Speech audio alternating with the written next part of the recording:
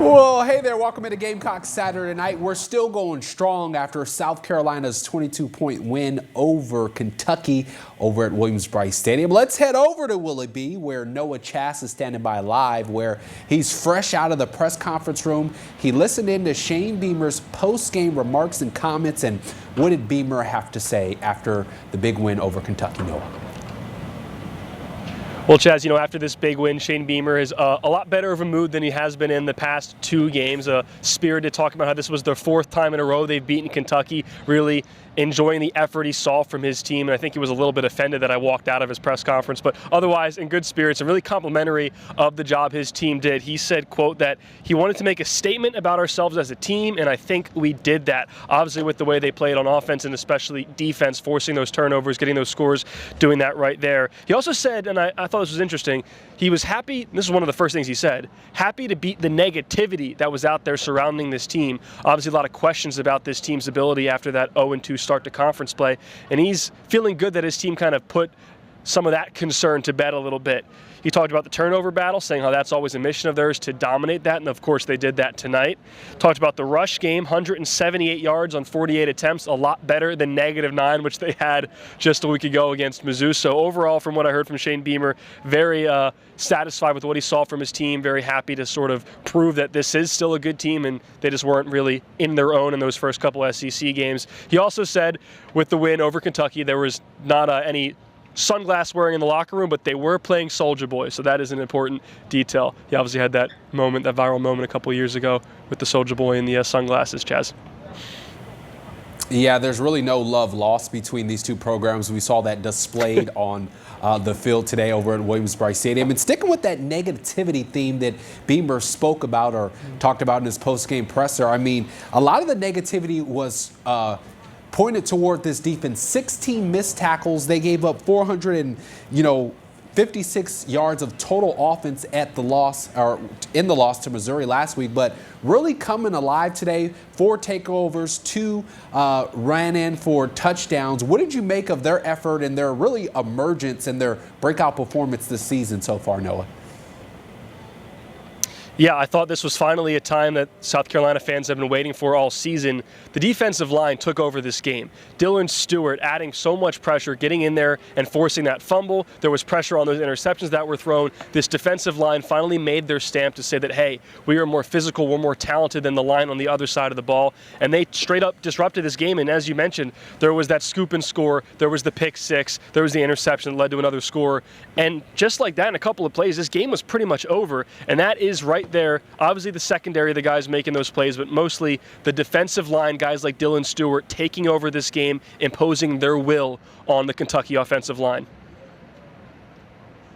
Yeah, South Carolina with 4 turnovers in the second quarter alone, 6 sacks, 10 tackles for loss. So incredible performance by them. Noah Chast live for us at Williams-Brice Stadium. We're going to check back in with him later on the show for some final thoughts. Good stuff out there, Noah. Thanks, Chaz.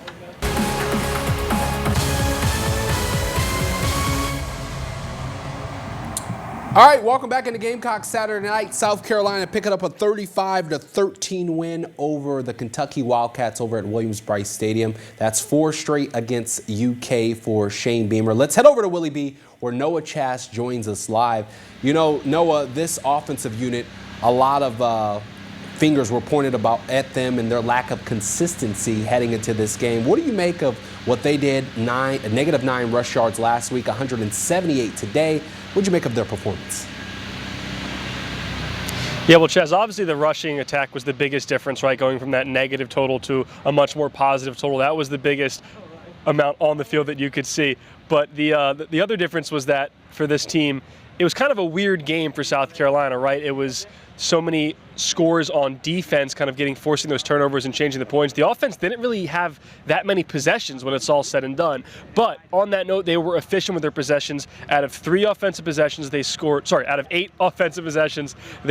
3 times. And Lenore Sellers, he still was Superman. He made some phenomenal plays, and he was pretty efficient himself. 11 of 14, 150 yards passing to add on to 80 yards rushing. So it was sort of a hard game to really get the full glimpse of the offense because of what the defense did, but in their moments, I thought they impressed. Yeah, that's what was going to be my next question. Are you more concerned or encouraged by Lenore Sellers in his play? Pretty pedestrian by his standards, but he did have a couple of those like wow runs. But are you more concerned or encouraged by Lenore Sellers and this offense as a whole? Yeah, I would say probably neither. I mean, from the Superman aspect, I'm still encouraged by those because he just makes plays that really no other quarterbacks can make, and it's still just so mind-boggling to watch. And I think it's kind of too late, and his play is not going to send him into the Heisman conversation. But I'm telling you, NFL coaches are going to love what they see from that aspect. Now, in terms of his efficiency and encouraged by the offensive game, kind of an interesting day, right? So Vandrevius Jacobs, he has 108 yards. He goes over 100 yards as a wide receiver, 5 catches.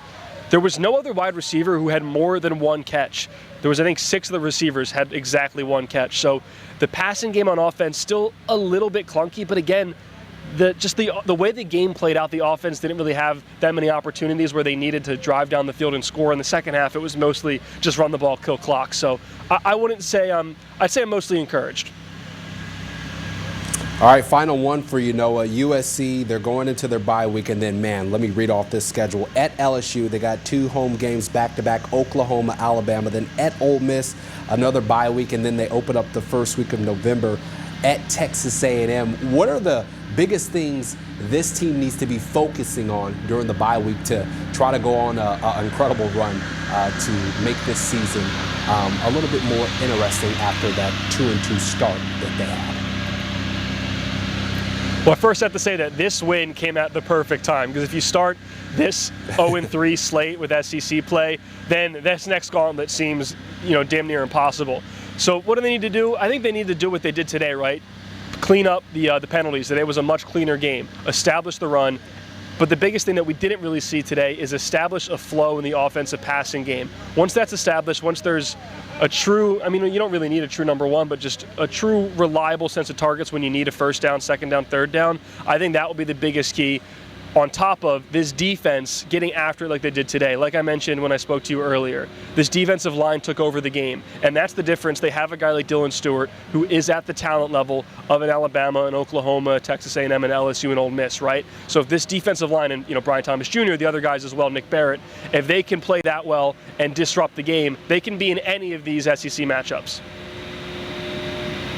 All right, you heard it there from Noah Chast. Excellent work out there at Williams-Brice Stadium. Get home safe tonight. The Gamecocks are 3-2 heading into the bye week. We'll see if